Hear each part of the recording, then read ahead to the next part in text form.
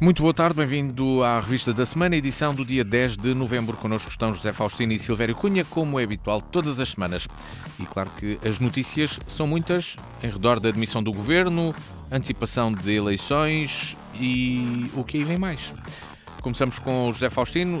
José Faustino, começamos o programa com a decisão do Marcelo Rebelo de Sousa, do Presidente da República, que anunciou eleições legislativas antecipadas para 10 de março. Uma das razões para a dissolução é a garantia de indispensável estabilidade económica e social dada pela prévia votação do Orçamento do Estado para 2024. Esta decisão de Marcelo Rebelo de Sousa vem depois da demissão apresentada pelo Primeiro-Ministro e já falaremos sobre esses motivos, mas para já justifica-se esta decisão e novo ato eleitoral convocado por Marcelo Rebelo de Sousa. Havia outra solução possível? O que dizer desta decisão, então? Boa tarde a todos. Eu acho que se justificava por uma razão simples. Justifica-se por uma razão muito simples. Não é por aquilo que o Primeiro-Ministro invocou, lá está, depois falaremos sobre isso, não é o último parágrafo do documento da Procuradoria, mas é por várias coisas. Este governo, apesar de maioria absoluta, foi um governo que criou imensas trapalhadas, como se costuma dizer. Foram umas a seguir às outras, já não me lembro todas, mas quer dizer, foram todas, desde o atropelamento do Cabrita, isso ninguém teve culpa, mas todas as formas, tudo o que aconteceu foi tudo mal resolvido.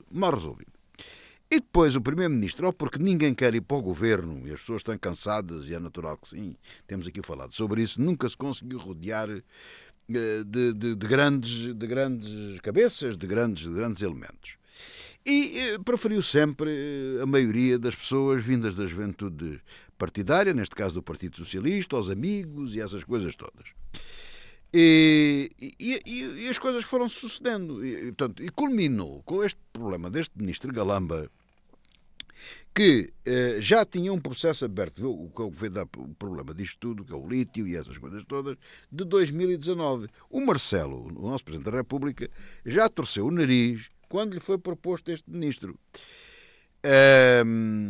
Mas o Costa avançou. Depois houve aquela cena de pugilato, toda aquela desgraça que se passou lá por causa da TAP e tudo aquilo no Ministério.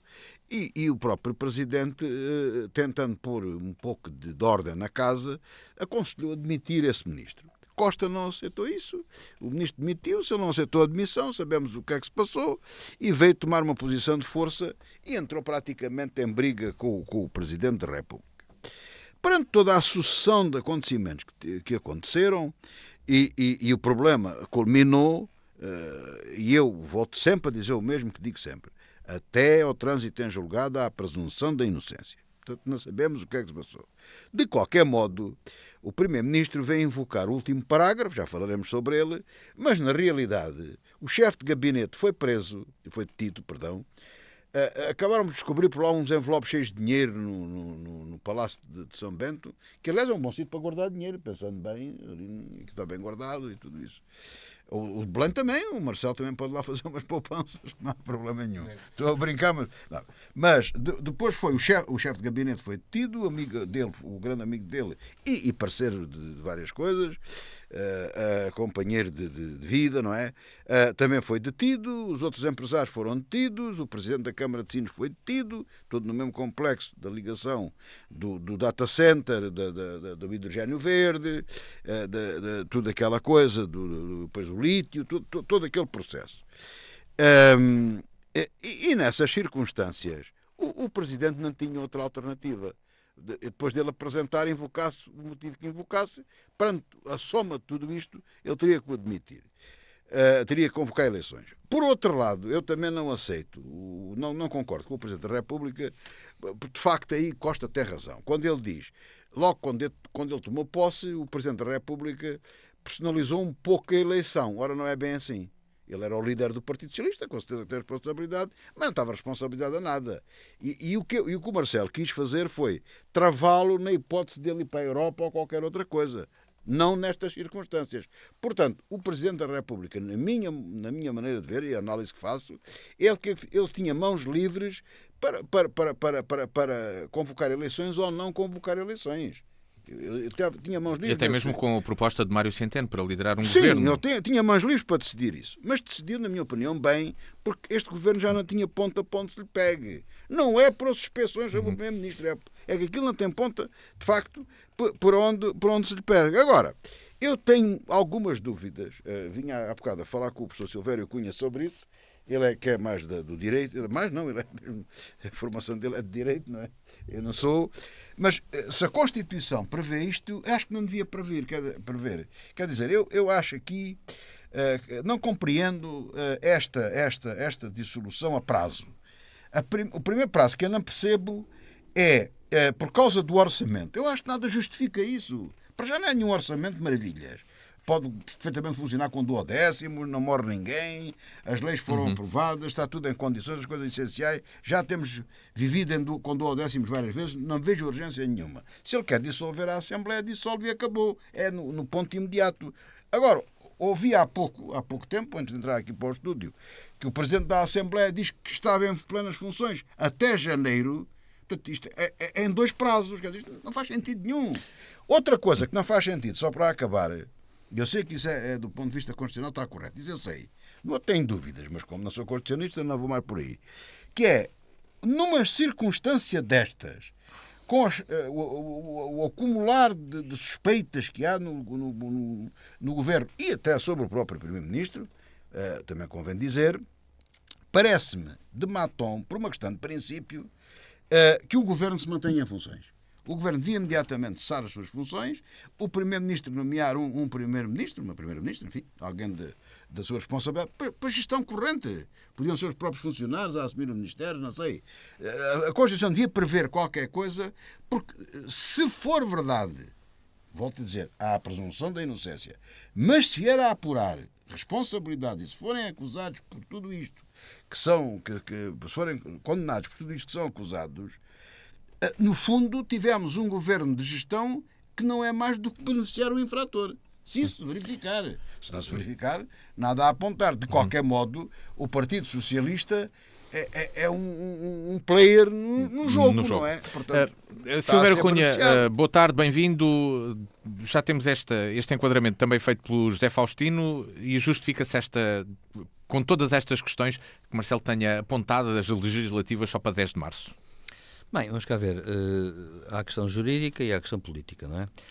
Do ponto de vista jurídico, os artigos, estou aqui a ver a Constituição, os artigos da Constituição que regem o assunto é o 134, quanto aos poderes do Presidente, e o 172, que é, digamos assim, o disposto que, enfim, obriga aos procedimentos constitucionais para esse respeito. Nomeadamente ouvir o Conselho de Estado, etc., e a forma como se faz. Bem, a verdade é esta, é que o Presidente tem o direito e a prerrogativa de dissolver a Assembleia da República, observado o 172, não diz mais nada, portanto ele tem uma prerrogativa muito grande e isso compreende-se nesse sentido. Nos regimes parlamentares... Mas, professor, pode interromper daqui a 3 meses? Pode.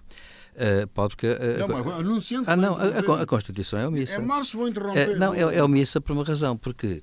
A questão que se põe é uma questão que é curiosa e tem a ver com o próprio regime, que é o seguinte.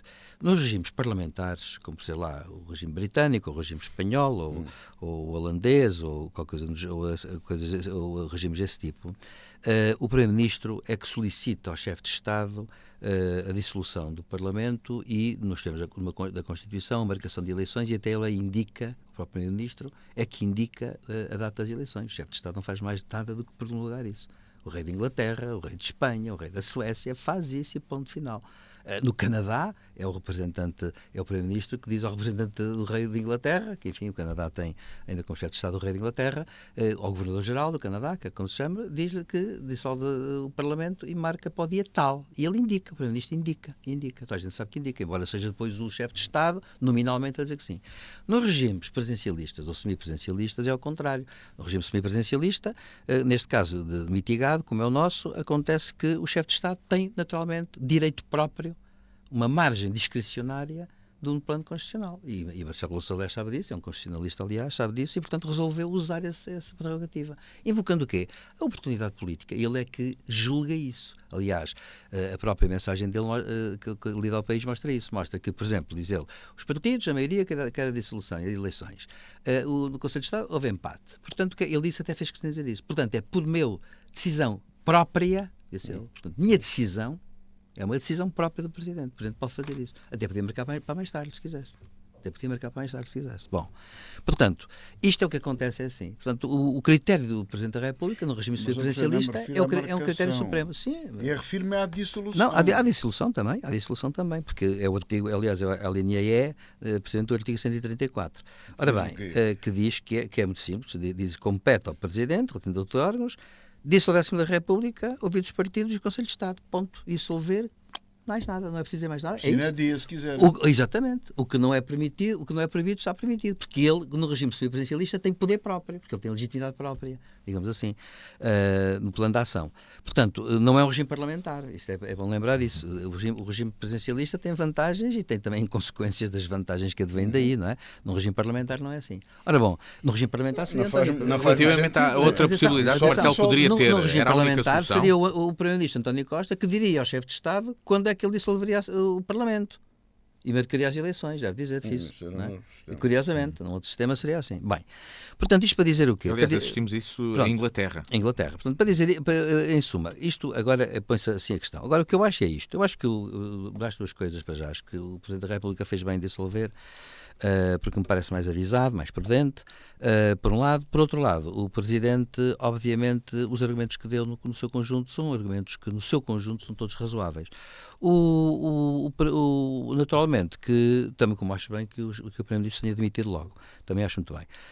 Agora, o que acontece é apenas isto, é que, evidentemente, como neste momento, vamos cá ver uma coisa. Há aqui uma questão que eu ia até dizer-lhe desde logo quais são a minha declaração de interesse neste ponto. Eu estou muito interessado na questão por isto, porque a verdade é esta. Nós hoje em dia assistimos em geral, nos sistemas todos políticos que existem em geral, isto agora eu devo dizer uma coisa até do ponto de vista profissional, abro aqui um parênteses para dizer uma coisa em tom irónico. Nunca foi tão bom estar metido na ciência política, porque agora produz tanto sobre isto que até mete medo. Porque efetivamente nós estamos num momento de crise e de viragem. E como estamos num momento de crise de viragem, de recomposição dos sistemas políticos, é evidente que acontecem as coisas mais extraordinárias e até inesperadas. O que é habitual não acontece. O que acontece é o que é inabitual.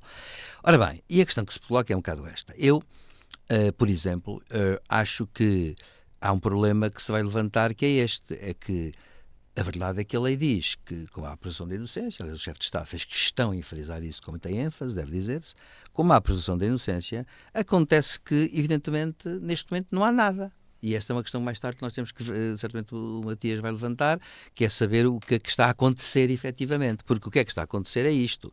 Uma coisa é atrapalhada política, outra coisa é atrapalhada que incide no plano jurídico. Por exemplo, eu hoje devo dizer que estive a ver várias coisas sobre o único que está detido, que é um Presidente da Câmara, penso eu, e o único que está detido, que é Presidente da Câmara, está detido por razões que, se forem aquelas razões, portanto, está detido, é o caso mais grave de todos eles, na investigação. E se é verdade que o Presidente da Câmara, como é que é, de Sines, não é? Sim, exatamente. Está detido por aquelas razões que são imputadas, eu devo dizer uma coisa, eu devo dizer que fico pasmado por isso. E não sei até se... É claro que eu sei que é um crime tão grande roubar €1 como roubar €1 milhão, porque a atitude é a mesma. Mas a questão que se coloca não sei até que ponto é que um Presidente da Câmara que pede vantagens para o seu Conselho abertamente, não sei até que ponto é que está a favorecer alguém em particular. Se não for para o bolso dele, está a favorecer o Conselho dele. A função do Presidente da Câmara é também impugnar pelas populações e o desenvolvimento local. Isso vem da Constituição. Portanto, acontece que estamos perante, digamos assim, a individualização de um ato que, sendo um ato político, é um ato coletivo, até certo ponto. E eu até lhe digo uma coisa, com toda a franqueza, para terminar, só para dizer isto, é que até agora não há nada. Inclusive, o que diz o Ministério Público, para já é pouco. E aquilo que me está a espantar, e termino agora, é que eu estou a ver coisa. E sou franco, acho que o Ministério Público devia ser mais explícito, dada a gravidade do assunto, porque aquilo que pior pode acontecer numa crise destas é que se chegue a conclusão nenhuma. E se chega a conclusão nenhuma, é o fim. Passava precisamente para aí com o José Faustino, porque o Primeiro-Ministro apresentou a demissão. Hoje, o Ministro das Infraestruturas, João Galamba, disse que não tinha essa intenção, portanto não vai apresentar a sua demissão. Mas o que é que está aqui em causa? Costa vai ser investigado pelo Supremo? Que rede de influências é esta? Que suspeitas é que existem sobre António Costa? Achas que este é um processo que pode demorar também demasiado tempo agora daqui para a frente? O que é que... Como disse há bocado, o Primeiro-Ministro, como espertalhão que é, para não dizer manhoso, eu sempre tenho dito isto, o que é que ele fez? A Procuradoria-Geral da República fez um comunicado. Toda a gente conhece a história. O Primeiro-Ministro foi primeiro falar com o Presidente da República, depois veio, depois foi a senhora Procuradora-Geral falar com o Presidente da República, depois saiu, depois lançou um comunicado e depois o Primeiro-Ministro voltou à do Presidente da República. Eu não me interessa o que é que eles lá tiveram a falar, não me interessa isso para nada. O que me interessa é fácil de adivinhar, não vamos perder tempo com isso. Portanto, o essencial da coisa, não é? Portanto, o que me interessa é o comunicado. E o comunicado explica aquilo que se está a passar. Não é? Independentemente daquilo que o professor Silvério Cunha traz aqui para cima da mesa e que eu gosto sempre de falar sobre isso e sobre as atitudes do Ministério Público e essas coisas todas e da Justiça em Portugal, que é sempre um assunto aliciante.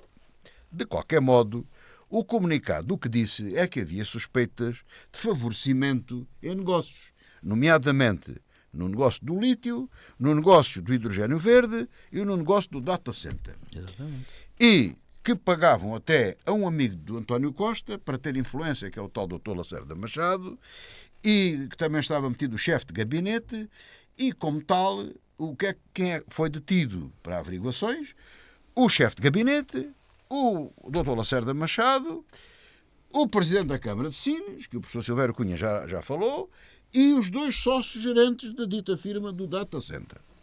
Bom, mas não deixou de dizer que haveria outras implicações. O inquérito já vinha desde 2019. E, no fim, diz que ao longo das investigações, diz e bem, porque não deviam omitir isso, porque mais tarde também podiam ser acusados de omitir isso, que era aferida o interesse ou a ligação com o Primeiro-Ministro.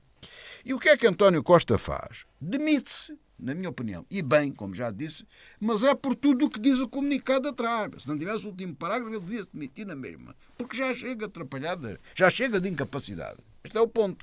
Mas não, ele invoca o último parágrafo e diz assim: como há suspeitas sobre a minha pessoa, então eu demito-me. O que é que isto quer dizer? As suspeitas sobre o Primeiro-Ministro só podem ser... a instrução só pode ser, não sei se estes são os termos, só se pode ser instruída pelo Supremo Tribunal, visto que é o Primeiro-Ministro. E, por isso, tem que ser destacada em processo autónomo, ou coisa do género, para o Supremo Tribunal de Justiça. E o que é que isto implica? Implica que toda a gente foi atrás desta estratégia que o Primeiro-Ministro montou. E agora deixem-me especular ou deixem-me prever o futuro, que é a análise que eu faço. Porque António Costa é um político hábil e é manhoso. E o que é que aqui pode acontecer? E eu pensei isto, analisei isto, e curiosamente já vi que há mais alguém a pensar também sobre isto. Ainda me dá mais força para dizer aquilo que vou dizer. Em teoria, pode acontecer isto. Como o Supremo Tribunal de Justiça não está vocacionado para instruir processos, é mais para julgar, não é? Portanto, não é a sua vocação. Como é que se diz? Os tribunais de instrução. Sim. É que estão vocacionados para isso. É provável que este processo ande rápido. E até muito provável, por motivos, as suspeitas que o Sr. Silvério Cunha falou, e por outras, que António Costa, numa primeira análise, se verifique que não falaram o nome dele, mas ele não tem nada com isso, está ilibado tudo isso. E a vida continua e o processo continua. E a pedido de várias famílias, como se diz, e com várias excursões feitas, isso é muito no tempo do Mário Soares, vai tudo em excursão, pedir: António, volta amigo, o povo está contigo, recandidata-te outra vez, e se Costa se recandidatar, ganha outra vez, pode ganhar outra vez, atenção a isto. Portanto, andamos aqui a falar no Carneiro, andamos a falar no outro que eu nunca sei o nome, aquele aquele que é comunista, mas diz que é do partido. Pedro Nuno Santos. O Pedro Nuno Santos. E andamos aqui nisto e tal, e o tempo para o Congresso, não sei o quê. Quanto mais tempo houver, mais possibilidade dá, não estou a dizer que haja, de António Costa regressar. António Costa pode ser reabilitado. E depois só resta saber uma coisa. Poder pode, agora, ele quer ou não quer. O que o PS vai querer, vai. Que os socialistas vão querer, vão. Ele pode é não querer. Porque ele já desistiu, com certeza, não tem hipótese na Europa, se alguma vez ele pensou nisso, mas passa a ter hipóteses para Presidente da República e terá outras coisas na vida. Mas ele também pode ter congeminado tudo isto no sentido de sair ilibado rapidamente desta situação e poder regressar com toda a legitimidade. E eu estou convencido de ganhar as eleições outra vez, por falta de concorrência. E, portanto, eu aqui, na demissão do Primeiro-Ministro, saliento isto. Ele tinha todos os motivos para se demitir sem o último parágrafo. Ele invoca apenas o último parágrafo. Isto não é correto nem honesto politicamente. O Silvério Cunha já tinha aqui, trouxe aqui a questão também da informação e do que se sabe sobre este caso. Será um processo para tal cozer em água fria? Não, eu penso que até será rápido, porque cozinhar em água fria seria muito lento. Tem que ser rápido. Agora a questão é assim, o sistema é o quê? O rápido é o quê? Já agora? 2-3 meses. Sim. Em janeiro pode ter a questão resolvida. Pode estar. Agora a questão que se coloca é esta. Para mim, há uma coisa que a mim mete muita impressão, devo dizer. Desculpe, professor, para ficar bem claro. Resolvida em questão ao Primeiro-Ministro. Sim, Primeiro-Ministro. Agora, a questão que se coloca é um bocado esta. Eu não sei, enfim, eu às vezes lembro daquilo que aprendi na faculdade, nessas coisas e tal, e há uma coisa que me ocorre sempre muito, que é a seguinte. Há um assunto que a opinião pública não fala, naturalmente, porque passa despercebido, mas há até muitos estudos sobre isso, até há teses sobre isso, que é como é que ao longo da história se forma a presunção da suspeita ou da culpa na mente de um juiz, além de, portanto, que tem que olhar para um caso concreto e integrá-lo, digamos assim, na dogmática jurídica. Como é que se faz? Há teses sobre isso até, porque nem sempre foi da mesma maneira. Historicamente varia muito, tem a ver com questões culturais, questões de ordem até de psicologia social, de ordem simbólica, etc. Não é? Portanto, e até de ordem material, porque nem sempre as provas foram fáceis de conseguir e, portanto, valiam provas indiretas, às vezes são provas diretas, enfim, é tudo complicado. E a questão é esta. Eu sou franco e digo sempre assim. Vamos pôr a questão desta maneira e olhando até para um outro caso que também está em água fria. Esse sim está a ser cozinhado em água fria há milhares de anos. Qualquer dia falamos dele como se fosse do Neolítico, que é o caso de Sócrates. E acontece que, vamos cá ver, por exemplo, eu vou dizer uma coisa que, atenção, o que eu vou dizer é o que eu sei dos jornais, portanto, eu admito perfeitamente, e atenção, eu tenho sempre a maior deferência para com as autoridades, que acho que elas andam aqui a olhar para o ar e sem ver, não é? Portanto, as autoridades têm a função de olhar, ver e reparar. E, portanto, acontece que, como tem essa função, eu acredito que eles cumprem essa função. Mas o que é que acontece quando se olha para uma digamos assim, daquilo que nós vemos, ouvimos nos órgãos de comunicação social? Por exemplo, dou um exemplo que é um caso concreto deste género. Aliás, vemos, ouvimos e lemos. Exato. O que se passa com os 78.500 euros que estavam nos livros, por exemplo, também aconteceu isso agora. É como a história daquele motorista que levava... 78.500, penso eu. Agora, que levava... 75.800. 78.800? Não, 75.800. Então é isso. Bom, mas lembra-se aqueles casos daquele motorista que é a Paris, levar um saco de dinheiro vivo a Sócrates e tal. A questão é esta. Isso significa o quê? Bom, significa que as autoridades estão a investigar qualquer coisa, suspeitam a partir daí de qualquer coisa. Mas é preciso, obviamente, ter uma ligação qualquer com outros factos que elas certamente conhecem para dizer que isto é uma suspeita. Porque, por exemplo, se eu for excêntrico e ganhar o Euromilhões, aliás, houve aí uma senhora que ganhou o Euromilhões, não sei se cá em Portugal, se noutro sítio qualquer, e que se gabava de dizer que tinha 20 milhões em casa. Pronto. Uma pessoa tem um cofre e tem lá 20 milhões em casa. E, entretanto, eu sou amigo do Matias, agora vamos fazer aqui uma coisa hipotética, eu sou muito amigo dele, claro, mas, quer dizer, uma hipotética neste caso, estamos a dizer, e o Matias está em Paris, e digo assim, Matias, eu tenho aqui em casa 40 milhões, e acontece que gosto de ter em casa dinheiro, é a minha excentricidade, eu tenho direito a isso, e acontece que... É o síndrome do tipo patinho. Exatamente, e estou na minha casa forte, a tomar banho nas notas, e acontece que o banheiro é cheio de notas, e acontece que vou-te mandar em dinheiro vivo 100 mil euros, toma lá, e vai uma pessoa da minha confiança levar-te isso num saco. Mas não pode. Eu sei, mas é assim, posso cometer irregularidades por não pagar taxas e outras coisas do género. Mas a verdade é esta, não estou a cometer provavelmente um crime que signifique que eu tenho um dinheiro vindo não sei de onde para aqui e para lá. Ora bom, acontece que nós às vezes vemos, eu sei que perfeitamente, Sim, e eu sei e volto a repetir, que o Ministério Público tem de ser... coisas que não existem, não é? Claro, mas o Ministério Público tem de certeza outros elementos. Por isso é que eu estou a dizer, eu tenho a certeza que tem que ter. Não acredito que não tenha. Aquela dos 78 mil lá no gabinete. Sim. É esquisito, mas sabe, mas o esquisito... É muito menos esquisito que em casa. Eu sei, mas o esquisito não chega. Embora esteja mais seguro. Certo, mas sabe uma coisa, o esquisito não chega. Sei, É esse, é que o esquisito não chega. Nós, às vezes eu tenho a impressão que as pessoas acham tudo esquisito por uma razão, porque não têm 75.800 euros entre páginas de livros e tal. As pessoas acham isso esquisito por causa disso. Porque, evidentemente, tudo pode acontecer e dar na cabeça das pessoas. As pessoas são livres de dar na cabeça ao que quer. Portanto, eu com isto, como digo, acho que tem que haver outra coisa qualquer mais. Agora, o que é que sucede? É que nós estamos, portanto, a fazer suposições sobre coisas que, na verdade, em si mesmas, nada ou pouco são. Agora, o Primeiro-Ministro. Eu acho que a admissão do Primeiro-Ministro, de facto, foi inteligente, por uma razão, porque o Primeiro-Ministro, assim, claro que temos que acreditar no sistema, se o Supremo Tribunal vai apreciar a questão, e se apreciar, seja qual for a forma... Mas ele também... gente é sinónimo manhoso. Sim, mas é que ele corre um risco também. Sim, mas ele corre um risco também. É que o Supremo Tribunal, depois de avaliar, ele também não pode recorrer. Ele não pode recorrer. Pode Tribunal Constitucional, se for o caso disso. Agora acontece que, em regra, não pode. O Supremo Tribunal é o Supremo Tribunal, a última instância. Por isso é que é o custo de ser Primeiro-Ministro. É que não vai andar nos degrauzinhos da justiça, não é? E, portanto, o que acontece?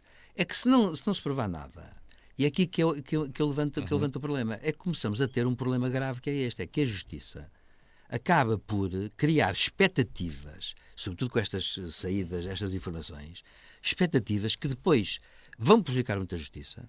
E isto torna-se aqueles casos dramáticos. Porquê? Porque isto vai prejudicar muito o Poder Judicial. Se, porventura, não houver provas materiais. Tem que haver provas materiais, não são suposições. Isto também apoquenta muito por uma razão. E sólidas, porque se não acontecer nada, então, de facto, António Costa pode dizer assim, eu é que fui vítima mesmo do sistema. Claro, o que vai acontecer. E, portanto, ainda por cima, eu até devia processar por difamação quem andou a fazer essas coisas todas. Portanto, o que acontece o quê?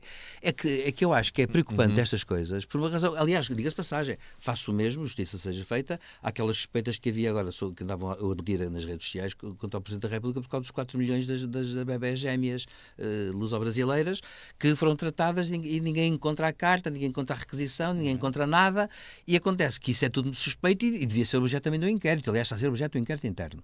O Ministério Público, no entanto, não se meteu no assunto. E porquê é que não se meteu no assunto? 4 milhões? São 4 milhões. São mais que 78, 75 não há crime. Pois não. A questão é esta, mas aqui também não. Portanto, o que acontece é o seguinte, eu só quero dizer com isto o quê? Eu quero dizer que nós andamos muito... A vida política está a ser inquinada por suspeições judiciais quando deviam as coisas estar bem separadas. Bem separadas. E deixar que as autoridades investiguem à vontade.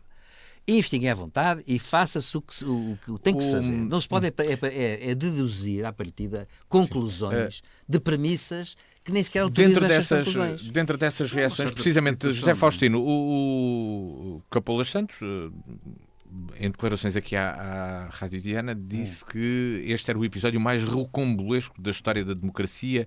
Referia-se também a um procurador obscuro, que ninguém sabia quem era, e de um esclarecimento rápido da justiça. Ainda bem que ele é obscuro, porque os magistrados devem ser discretos. Devem ser. Dentro das reações, o PSD falou de um terceiro pântano político. Houve várias reações. O Chega que não havia outro cenário senão a dissolução do Parlamento. Que comentário fazes a estas reações à Operação Influencer por parte dos diversos partidos e também esta, que a partir até daquilo que o Silvério Cunha aqui nos disse? Vamos lá começar pelo nosso conterrâneo Capolas. Com todo o respeito e amizade que tenho por ele, ele é também um político hábil, embora já devia estar na reforma, como eu, mas pronto, também ando por aqui, por aí ando, faz muito bem, e que desde lhe dei muitos anos de vida e de saúde e tudo isso. O ponto é que ele não fez mais do que seguir a estratégia definida pelo chefe, que foi hábil, não é? Portanto, naquela questão, é o problema do parágrafo. Porque lá está, porque se o Supremo Tribunal vier a dizer que não, o Costa está ilibado e está cheio de força e com toda a legitimidade, injustiçado, com toda a legitimidade para se recandidatar.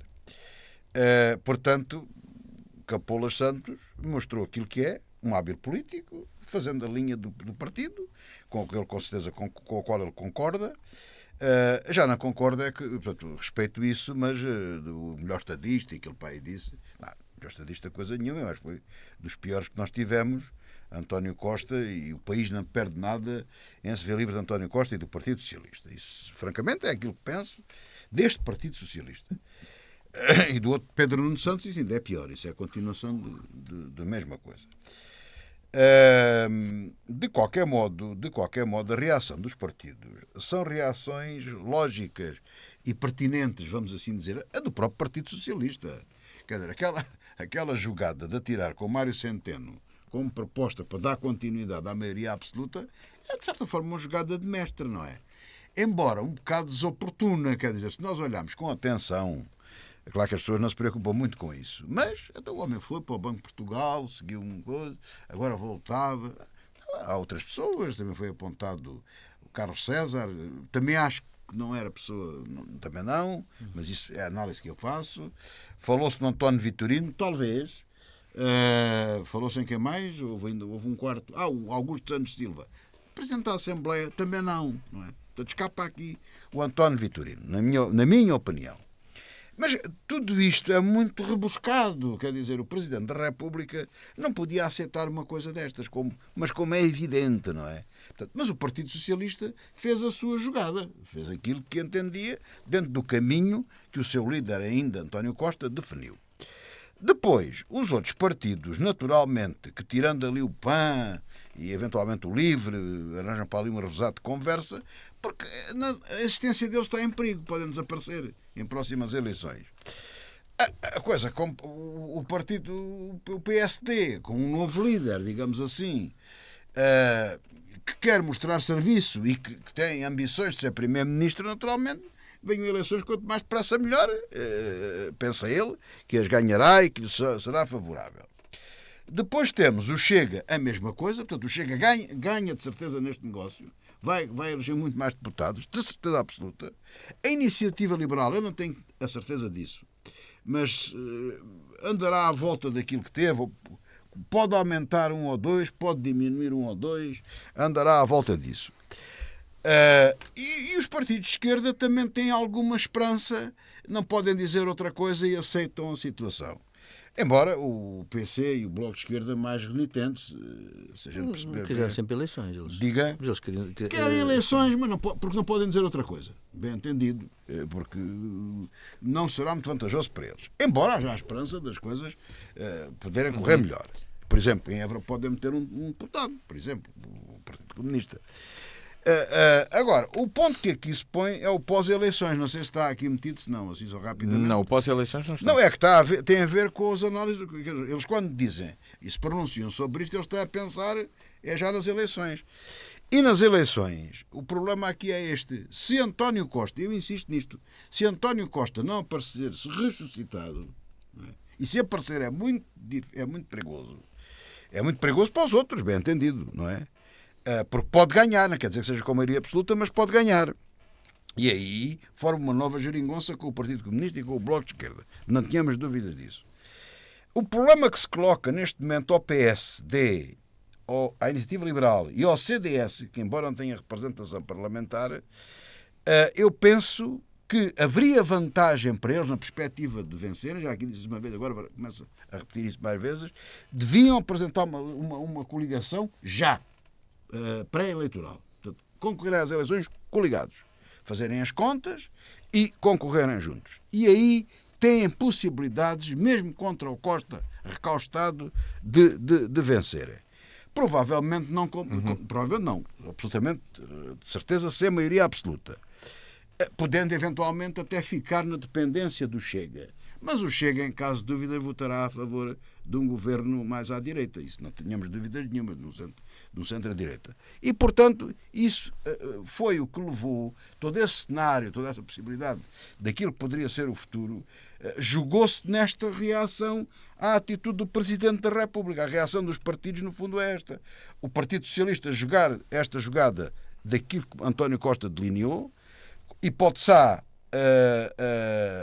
aguentar ainda a maioria absoluta com outro primeiro-ministro, hipótese B, ir para novas eleições, mas com a justificação daquele parágrafo havendo ainda a hipótese, digo eu, de António Costa voltar novamente, ou não, e reagem em função de tudo isso. Portanto, essa é a estratégia. Os outros, de tentar melhorar em próximas eleições e de se verem livres da oposição, e aí, acertadamente, de António Costa e do Partido Socialista. Eu ainda vou querer escutar-vos sobre a questão do que é que acontece agora, algumas coisas que estão em curso no governo do país, mas passando aqui para o Silvério Cunha e agarrar neste ponto de análise do José Faustino, levando também para uma sondagem que saiu hoje e que dá o PSD com maior votação, seguido do PS, depois do Chega, e numa distribuição de deputados PSD 75, PS 59, Chega 45, Bloco 19, IL 17, CDU 6, Livre 5, o PAN 2 e o CDS também 2.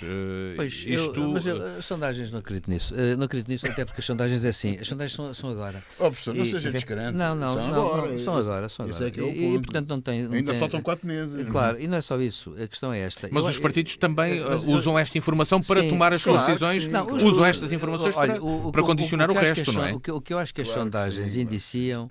O que as sondagens que valem, e que, segundo se diz, os partidos até fazem sondagens de 15 em 15 dias, privadas, isto é só para eles, estudos de opinião só para eles, e essas é que sim, talvez até gastem muito dinheiro nisso, como muitos especialistas nisso. Gastam para análise, certamente, não é? E eles façam. Agora, o que eu digo é o seguinte, mas a mim parece-me claro isto. Ganhar as eleições, quem obtiver o centro. E é o que foi António Costa, foi sempre esse jogo do António Costa. O António Costa sabe que à esquerda não há grandes alternativas, portanto dedicou sempre a capturar o centro. Coisa que o PSD não conseguiu capturar. E para mim uma das razões é esta, é que o PS tem feito... E será que o centro desta vez vai votar? Não, é isso, é que o PS tem desempenhado um belo papel aí em capturar o centro, com razão ou sem ela, bem ou mal, não interessa. Agora, o centro é este o problema. Portanto, o PSD só tem digamos, a lucrar se efetivamente capturar o centro. Mas para capturar o centro, tem obviamente que ter muito cuidado, porque tem que usar um sistema, digamos, tem que usar um discurso político que efetivamente satisfaça também as vontades desse eleitorado, que é a grande parte da grande fatia do eleitorado é essa. Nós podemos dizer que uma grande fatia está aí. Portanto, acontece que... e é por isso que as sondagens, quanto a mim, são sondagens exageradas nos extremos, por uma razão, à esquerda e à direita por uma razão, porque isso é ignorar que o centro, é dizer que o centro então, só se houvesse uma revolução no sistema político e ideológico, é que o centro então não ocupa a maior parte do espaço. Ora, tradicionalmente, o centro ocupa a maior parte do espaço, nos sistemas políticos, não só nacional, mas também nos outros países do Ocidente. Portanto, o centro é que é, digamos assim, porquê? Porque o centro corresponde a quê? Corresponde àquelas pessoas que são moderadas, aquelas pessoas que não querem grandes mudanças, e aquelas pessoas que são capazes de olhar para a estabilidade, querem estabilidade, querem que as coisas se façam digamos, em regime de conta-gotas, inclusivamente, por isso é que não são revolucionárias, querem uma ação, digamos, ponderada das coisas, e não é preciso buscar muito exemplos até históricos. Por exemplo, eu vou dizer uma coisa que pode ser uma barbaridade para muita gente que me pode estar a ouvir, mas, por exemplo, até certo ponto, noutro condicionalismo ideológico, noutro condicionalismo geopolítico, por exemplo, Salazar, durante muito tempo, captou pessoas que hoje seriam centristas, na altura não eram, mas hoje seriam. Eu conheci pessoas que já morreram, e teriam mais de 100 anos fossem vivas, que me diziam assim, que eram adeptos da liberdade, mas diziam, mas acontece que Salazar assegurou a neutralidade da Segunda Guerra Mundial, Salazar é aquela pessoa que, pronto, não deixa muito nem tomar nem muita terra, quando houve leis anti-judaicas nas ditaduras todas à direita, durante aquele período dos anos 30 e 40, Salazar não o fez, acontece que ele manteve sempre um certo também respeito mínimo por certas coisas, até às vezes contraditórias, por exemplo, se não havia censura nas revistas académicas, embora houvesse censura no resto. Eu lembro perfeitamente de pessoas de há 50 anos ou 60 anos e de ouvir outras pessoas que me disseram que essas pessoas eram assim. Ora, hoje, esse tipo de pessoas são pessoas centristas. As pessoas centristas são, no fundo, pessoas de classe média, que naturalmente se queixam do que ganham, mas que preferem ganhar estabilidade com o que ganham do que grandes aventuras. E agora termino dizendo assim, para mim, António Costa foi sempre muito inteligente ao querer fixar-se nessas pessoas. É estabilidade. O discurso dele foi sempre esse. Estabilidade, deixem-me trabalhar, assegurar ponderação, contas certas, e acontece que essa ponderação toda resulta nisto, e quando se diz assim, reparem numa coisa curiosíssima, a esquerda, por exemplo, contesta muito isso à esquerda. O PSD, o Chega, a Iniciativa Liberal, vieram paradoxalmente colar-se a isso. Dizer assim, agora é que é a altura de gastar dinheiro, dar o dinheiro aos médicos, dinheiro aos professores, dinheiro a tudo. O que são digamos, reivindicações conotadas com a esquerda até há 5 anos, antes da pandemia. Acontece que a resposta, eu conheço pessoas centristas que dizem assim, não, os 2 mil milhões de euros que ele tem são para guardar. É muita mentalidade portuguesa. Eu acho que António Costa, nesse aspecto, desempenha muito esse papel. Que, aliás, Cavaco também desempenhou no seu tempo. Aquela ideia do equilíbrio, aquela ideia de nem tomar nem muita terra, mesmo que haja dinheiro, é preciso ter calma. Claro, eu sei que isto é tudo discurso. Podem corresponder à realidade, mas o que interessa são as percepções. Portanto, o que acontece, na minha opinião, é que, precisamente, é isto que vai obrigar a um reajustamento. A sondagem que citou, eu não acredito nela por uma razão, porque beneficia. Eu não estou a ver o livro com 5 deputados, nem um Bloco de Esquerda com 19. Claro que não. Quem? Eu não estou a ver na sondagem o livro com 5 deputados. Sim. E o Bloco de Esquerda com 19. Não estou a ver. E não estou a ver 45 para o Chega também, muito francamente. Não estou a ver por uma razão, porque seria preciso que o PSD estivesse a dormir, completamente a dormir. Não mesmo para 30, porque teria que triplicar o número de votos. Agora a questão que se coloca é, não, porque o discurso vai ser, sabe o qual? É que o PSD tem todo o interesse em pôr o Chega à direita o mais possível, tem todo o interesse em dizer voto útil é em nós, não precisamos de vocês para nada, como fez na Madeira já, todos têm interesse como Montenegro já fez na Madeira, e vai dizer que o voto útil é aquele, e acontece que, se for preciso, faz uma coligação com o CDS, sim, com a Iniciativa Liberal não lhe interessa, porque interessa-lhe tirar votos à Iniciativa Liberal, e interessa também fazer um discurso centrista que capta algum eleitorado do Partido Socialista. E por isso é que o ministro Carneiro, que é o mais moderado do PS, provavelmente é aquele que vai ter mais chances. Porque é que ele vai captar Será que é esse? Mas será esse o que o PS vai escolher? É o pior candidato para o PSD. Sim, porque é o candidato que vai captar votos ao centro. Claro. É assim, é isso que eu acho que mas pode acontecer. o outro tira votos ao PS. O Pedro Nuno, como é que ele chama? Mas capta votos no Bloco e capta votos ao centro. Está bem, mas... É bom. Sim, mas é bom para porque eu acho que de facto mas eu acho de facto o que interessa é quem vai captar votos ao centro. Claro, sim. José Faustino, e de uma forma muito rápida para encerrarmos este tema, há várias questões que estão da governação. Uma era a questão do orçamento, que entretanto já teve uma resposta por parte do Presidente da República. Dos salários também, que hoje promulgou mas temos a privatização da TAP, o PRR, os protestos dos médicos, isto afinal e dos professores, no que é que isto vai, o que é que vai resultar no próximo mês e meio, 2 meses ou até às eleições? O problema vai entrar-se num período de maior paz social ou não? Não, sim, vai-se entrar num período de maior paz social, mas não quer dizer que seja melhor para as pessoas. Nem me falo nisso. Porque há aqui duas coisas diferentes. Uma coisa são os professores. Porque os professores, ao não terem, digamos, com quem dialogar, podem entrar num processo de tréguas. Eles podem gritar, mas não faz sentido. Eu sobre os professores e os médicos tenho muita coisa para dizer agora. Mas está bem, mas os professores não faz sentido. Neste momento eles não têm interlocutor. Não faz sentido. E os médicos também não faz sentido fazerem barulho. O problema é outro. O problema é a saúde não funcionar. E os utentes não terem assistência. Porque os médicos não se limitam a bater o pé e a dizer que querem mais dinheiro. Não é? O que é que acontece? No ensino também acontece muito isso. Há muitos professores, mas penso que isso, o grosso da coisa, já se verificou. Há muitos professores que foram para o privado. Quer dizer, estas manobras todas do António Costa e do Governo, o que é que eles fizeram? Fortaleceram o ensino privado. Ao contrário do que eles querem, que é destruir o privado, deste problema do público e do privado. Eles fortalecem o privado. Demasiado até. E protegem-no, às vezes, em alguns casos. Temos agora o caso em apreciação, é esse. A EDP, os chamados, as empresas do regime, essas coisas todas. Bom. Mas no caso dos médicos o problema é muito mais complicado. É que aquele indivíduo que está à frente do Serviço Nacional de Saúde, que me parece uma pessoa competente, ele é competente, mas é incapaz porque não tem meios para resolver o problema. Não há médicos, os médicos estão a sair, porque os médicos não vão na conversa.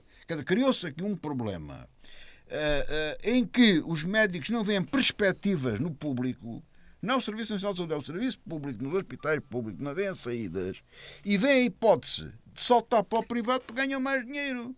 E este é o ponto. Quem é que fica prejudicado com isto? Os utentes, os cidadãos, de duas maneiras. Os que têm menos posses podem ter até ajudas, subsídios, podem ter aquilo que tiverem, mas não têm médicos nem enfermeiros para os tratar. E aqueles, a classe média, que tem mais algumas posses, que desconta os seus impostos, que paga os seus impostos, não tendo assistência médica no serviço público, recorre ao serviço privado. Portanto, paga duas vezes a assistência que tem. E mesmo no meio disto, há muita gente que infelizmente não vai ter assistência e haverá alguns que vão morrer. Há um facto que vai acontecer no mês de janeiro.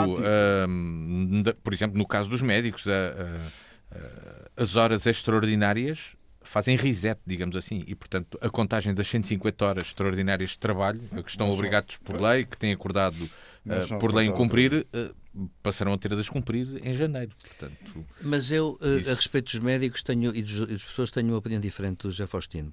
A questão é esta: eu tenho aqui falado muito no problema, e levanta até um problema que eu vou levantar aqui, uma suspeita, inclusivamente, uma suspeita. Que teoricamente é fundada e que muita gente fala nela há muitos anos, nos sistemas políticos ocidentais, e que agora seria, eu acho que até poderia passar só nos pós-médicos e professores facilmente, essa suspeita, com agentes dessa suspeita. E eu vou dizer o que é que eu penso. Vamos cá ver, os médicos e os professores têm feito reivindicações com base em princípios, e os princípios têm um problema, é que princípios são princípios, e os princípios ou são 100%, ou não são princípios. 99,9% não são princípios. É uma escandalosa maioria. Portanto, princípios, é assim, são imorredores. Ora bem, uma coisa que achei esquisita foi ver os médicos, mal começou esta história toda da missão de António Costa no próprio dia, os médicos, sem saber o que ia acontecer, antes do Presidente da República falar, dizerem logo que iriam amainar. Os médicos não podem amainar. Não podem. Se princípios são princípios, não podem. É suspeito amainarem. Os professores irem aspas. Não.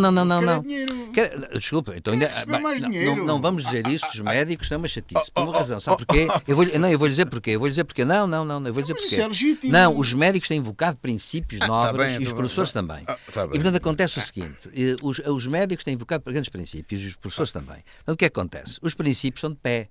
E os médicos vinham dizer, quando muito o seguinte: não vamos abdicar das nossas reivindicações, ponto final, seja com que o governo for. Não há governo nenhum. Não, seja com o governo for. Agora, no presente e no futuro, como foi no passado. Era aquilo que eles deviam ter dito. É a única opção correta. Porquê? Porque isso punha os partidos. Isso punha os partidos. Isso punha os partidos encostados à parede e ia condicionar o que os partidos fizessem na campanha eleitoral. Porque ia-se pôr à prova o que é que os partidos vão dizer e vão dizer, pois, vão pôr apoiá-los e depois vamos ver o que é que acontece. Agora pois, e isso seria muito interessante. E isso seria para mim muito interessante. Agora a questão que se coloca é, os médicos, portanto, fazer isto e automaticamente como que começar a diluir-se o ambiente faz lembrar aquilo que os anglo-saxónicos em ciência política chamam o deep state. E que, pura e simplesmente, os europeus continentais chamam as forças fácticas do sistema político. Que a gente sabe que existem. Vamos cá ver. Eu sei que existem, não sou nenhum ingênuo. Agora, não podemos admitir que elas apareçam escandalosamente à superfície, porque elas que estejam lá no fundo do mar, eu acho que existem. Agora, aparecerem para a superfície nestes momentos é muito mau sinal. E mais, acho que as pessoas em geral vão achar isto uma hipocrisia gigantesca. O homem da rua vai achar, por uma razão, porque o homem da rua também não concorda muito com aumentos excessivos de certos setores profissionais, porque ele também tem uma profissão muito importante. É bom lembrar que o neocorporativismo tem este problema. Aí é que seria mesmo neocorporativismo, que é dizer, então, as pessoas querem dinheiro, mas todas as profissões são importantes. E eu acho que isso era, digamos, a grande defesa do António Costa na opinião pública. E se isto acontece assim, começa a haver uma espécie de colagem que deixa de ser reivindicativa para ser político-ideológica. Ou seja, António Costa desaparece e as reivindicações desvanecem-se. Não, os problemas são os mesmos, mantêm-se. Portanto, o que acontece? Eu acho que é terrível para as duas profissões, professores e médicos, desistirem agora. É o contrário pelo contrário. É a razão para, pelo contrário, exigirem ainda mais, que é para os não, tem interlocutor, tem. É agendar isso para a futura campanha eleitoral. Não podem desistir. Sim, mas é que a questão é esta, é que se eles agora desistirem, sabe, toda a gente vai dizer assim, aquilo é elástico, assim como vão, também também vêm, assim como vêm, também vão. Então nessa altura vou-lhe dizer uma coisa, nessa altura eu deixo de ter consideração pelos professores, que são os meus colegas, sou professor, e pelos médicos também deixo de ter consideração, e tenho mesmo consideração pelos médicos. Porquê? Falta-lhes autenticidade. E esse é o problema. A autenticidade profissional é muito importante. Olha, o balustrado dos médicos falta-se falar só na má gestão do SNS. Também é um facto. É um facto, pois é, mas não apresentou uma única medida. E acontece que a seguir, quando é dos salários, bem, essa questão não é comigo, para aqui e para lá. E depois os sindicatos vêm falar realmente também nos salários, mas não falam nos problemas de gestão do SNS, embora queiram proteger o SNS. Portanto, a questão que se coloca nesta mistura toda, não fica bem abdicar dos princípios. Isso é que é sempre mau. Olha, isso é que é sempre mau. Silvério Cunha, sabe qual é o problema? O problema foi... Tem dois nomes, António Costa e Marta Temido, que criaram este veneno. Agora estamos a provar o veneno que eles arranjaram. Não, quem está a provar o veneno... Porque estava mais ou menos equilibrado. Pois é, e eles desequilibraram isto mas vou-lhe dizer uma coisa, com sabe? as bases de saúde, mas deixe-me dizer uma coisa. E com o ataque ao privado. Fixaram o privado. Eu espero que os médicos não provem desse veneno e não sejam envenenados por esta sua incapacidade. Os médicos professores... Os médicos mais podem fazer é dizer, venham cá, se querem ser curados, pagam. Não. Este movimento dos médicos professores tem que se manter sob pena deles querem descrédito. Professores é diferente. Temos dois temas internacionais do qual gostava de ter também a vossa análise muito sintética, porque o tempo já está a avançar muito rapidamente e aproxima-nos muito rapidamente do final da nossa revista da semana. Aqui ao lado, o PSOE e o Junts por Catalunha chegaram a acordo sobre a amnistia. Sánchez tem uma via aberta para formar governo e depois disto ter sido decidido, os protestos saíram à rua. 7ª noite ontem de protestos em Madrid e noutras cidades, aliás, várias cidades espanholas, com violência na rua durante a noite, tentativa de assalto a sedes do Partido Socialista Operário Espanhol. José Faustino, aqui em Espanha a situação está complexa e terá solução? Irá amainar?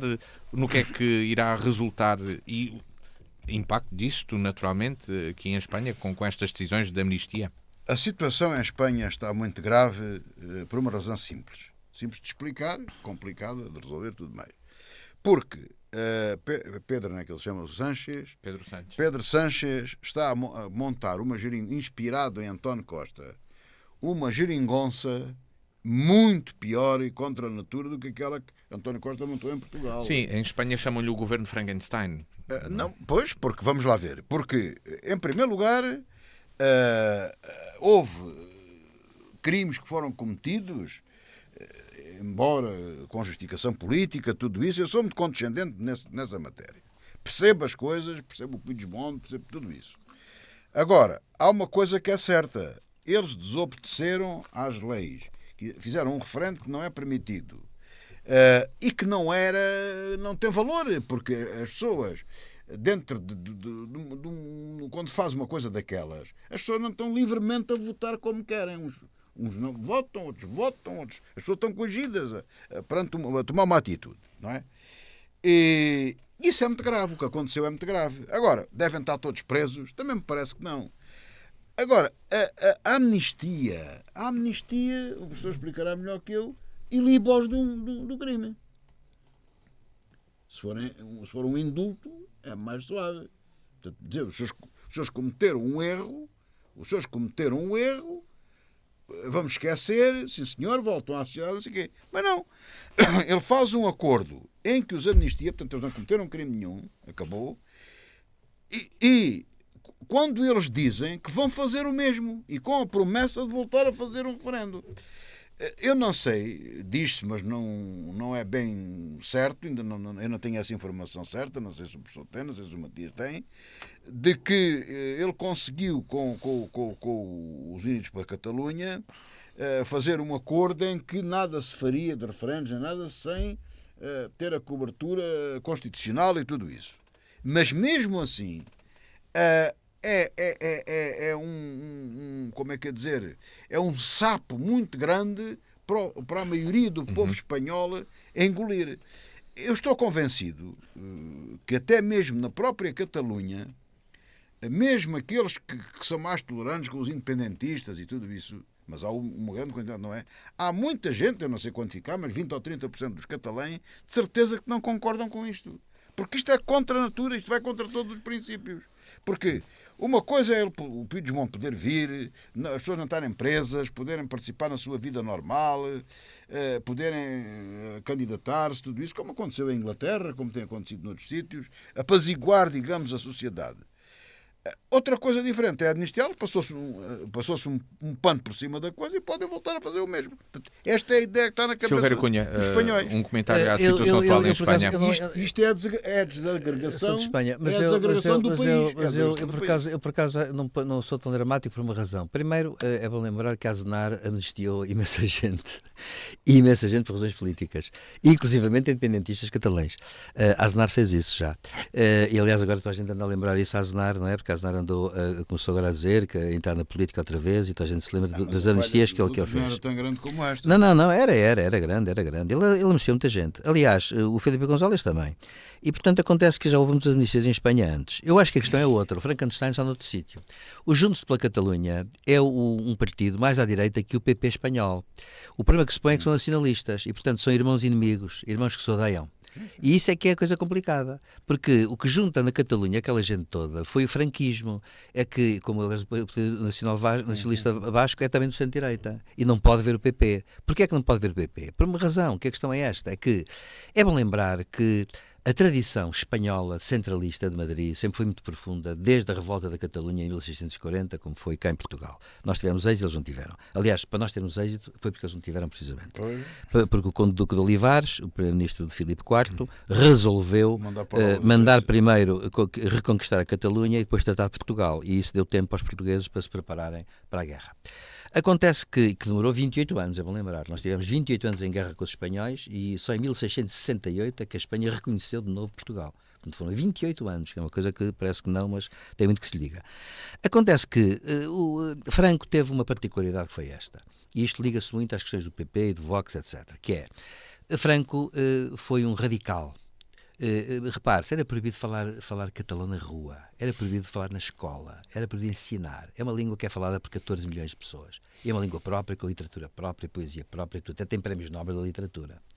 Portanto, o que acontece? É que isto criam ressentimentos, os tais ressentimentos brutais dos povos, que aliás geralmente são muito até conservadores. E lhe quero lembrar uma coisa, houve um grande especialista em relações internacionais, aliás conservador, e um grande especialista, Pierre Rasseneur, que morreu há pouco tempo, e que o último livro que ele publicou intitulou-se A Vingança das Paixões. E o que é que foi? A Vingança das Paixões era isso. Ele diz, as paixões do nacionalismo, as paixões do independentismo, as paixões das identidades levam a que as pessoas andem séculos doentes de história. Que é o que aconteceu em Espanha. Em Espanha a gente está toda doente de história. E depois aconteceu o seguinte, é bom também lembrar isso. A direita espanhola nunca fez as pazes com a direita nacionalista, precisamente, por uma razão, porque nunca assumiu as responsabilidades de Franco. Devia ter dito assim, olhem, Franco fez muito mal em proibir. Porque, atenção, o Puigdemont tem sido protegido pela extrema-direita flamenga. O Puigdemont é um homem que está muito... O Puigdemont tem sido protegido pelo governo federado da Bélgica, que é o equivalente ao Vox no poder, na Bélgica.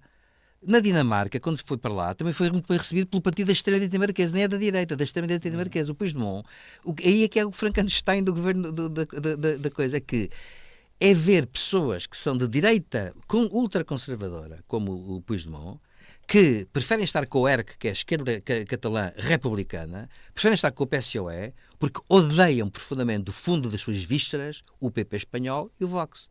Porquê? Porque o Vox e o PP espanhol esquecem-se de que, apesar de tudo, houve uma eleição, é um regime parlamentar, quem tem mais votos é quem manda, e acontece que vão para a rua e acontece que dizem as coisas também mais disparatadas do mundo. Por exemplo, apelando, é bom lembrar que nestas manifestações tem havido gritos de morro ao rei, abaixo o rei. Tem havido coisas dessas. Houve apelos abertos a um golpe de Estado. E isto é que também é gravíssimo. O Abascal, por exemplo, e Feijó, se não se demarcassem disto, ou não se demarcarem disto, mereciam ser considerados cúmplices de sedição. Isto também é sedição. Afinal, eles queixam-se dos independentistas, que eu acho que é um disparate querem a independência, diga-se passagem, que é um disparate. E vou mais longe. Há bocado o José Faustino dizia que 30%, eu acho que não. Eu acho que se houvesse um referendo na Catalunha, ganhavam os anti-independentistas. Porque, Sim. aliás, um Não, referendo... eu digo os que estão contra. Eu digo mais, este governo. e uma das razões que eu critico muito os independentistas Sim, catalães ganhavam. é esta, é que a educação de independência existe sempre uma coisa que é um consenso na sociedade, dos dois lados. E o consenso tem que ser por maiorias qualificadas, ou seja, se num referendo 4/5 da população, 80%, quisesse a independência, ainda podia ser. Agora, metade mais um contra metade menos um. Não, isso não pode. Isto é ridículo. Portanto, o que foi feito, aliás, de tudo ser um pseudo-referendo, que aquilo até foi feito sem garantias nenhumas, Claro. acontece que isso tudo que foi feito foi uma coisa que também houve uma reação desproporcionada do governo espanhol, embora eu pense que Rajoy foi moderado. Rajoy foi moderado. Agora, o que acontece é uma coisa, é que depois andaram, o Poder Judicial espanhol andou à caça do Puigdemont, que curiosamente é um homem de direita, e direita muito conservador, é um homem que está entre o PP espanhol e o Vox, e que fugiu precisamente para aqueles recantos na Europa, onde politicamente ele não podia ser perseguido, e aconteceu uma coisa muito simples, é que Sánchez, é claro, Sánchez vai ao Parlamento, vai ter mais 6 ou 7 votos ou 8 votos, lá o que é, que a oposição, e vai ficar tudo assim. E agora, o que é espantoso é uma coisa, e aqui é que me espanta, que é ver partidos que são da direita, como os bascos, como os catalães, etc., dizerem assim, nós não queremos falar com o PP espanhol. Eu digo assim, com franqueza, o PP espanhol devia ter feito uma coisa. O Feijóo, que até é um homem moderado dentro do PP. Mas é que o PP também é contra a independência. Pois é, mas o PP espanhol ia fazer uma coisa que era simples, que era esta. Era desvincular-se do Vox rapidamente e captar os outros nacionalistas do centro-direita de todas as regiões. Fizeram mal a coisa. E agora, a razão é esta. É que... mas não quis captar. Não, sabem porquê? Mas sabe porquê? Mas já Faustin sabe porquê? Não é outra razão. Há uma razão que os historiadores têm falado muito nisso. É que a transição foi feita com base numa coisa, que é passar um pano sobre a ditadura franquista. A ditadura franquista foi... Com culpas de todos os lados, bem entendido, pagou-se muito caro. A Guerra Civil Espanhola trouxe muitos mortos. E isto ficou lá dentro, a latente na sociedade espanhola. E como ninguém assume isso, acontece que é um desastre. Para terminar, e de forma mesmo muito resumida, José Faustino, isto tem de ser mesmo muito breve, sobre o conflito na Ucrânia. Há 2 pontos quentes neste momento. Será que a Ucrânia está a puxar as tropas russas para sul, que querem estar mais a oeste para cercar a cidade de Advítka? Isto parece mesmo não sair do sítio ou não? Não, eu acho que continua ali o impasse, né? Portanto, a única coisa que tem havido mais, uma melhor evolução, tem sido no Mar Negro, né? E é que tem havido mais evolução, mas os russos também têm feito outras ofensivas. E a coisa está ali muito complicada. E no Médio Oriente, Israel continua com o seu plano de guerra por aí adiante, destruir túneis e por aí adiante, enfim, com alguns problemas mais duvidosos, mas perfeitamente, na minha opinião, justificáveis. Silvério Cunha.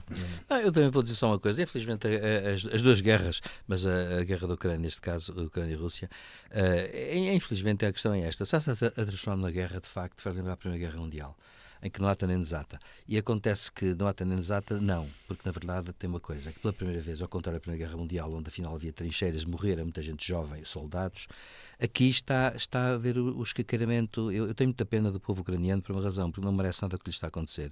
É que, na verdade, o governo russo não se importa de estar a escaqueirar aquilo tudo.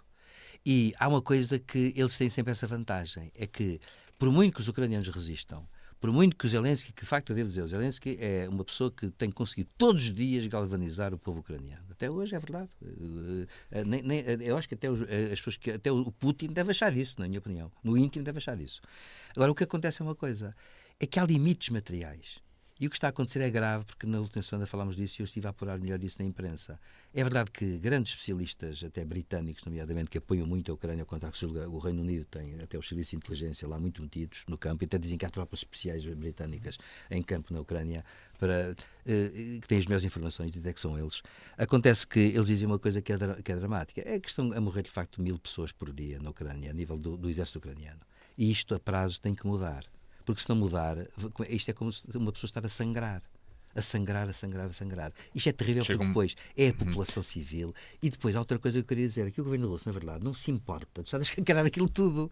É que faz aquilo com uma... Por acaso é uma das coisas que eu acho mais estranhas. Mas é solidário com os palestinianos. Claro, exatamente. Bem, E com temos de terminar o nosso programa. Deixa-me só dizer uma coisa.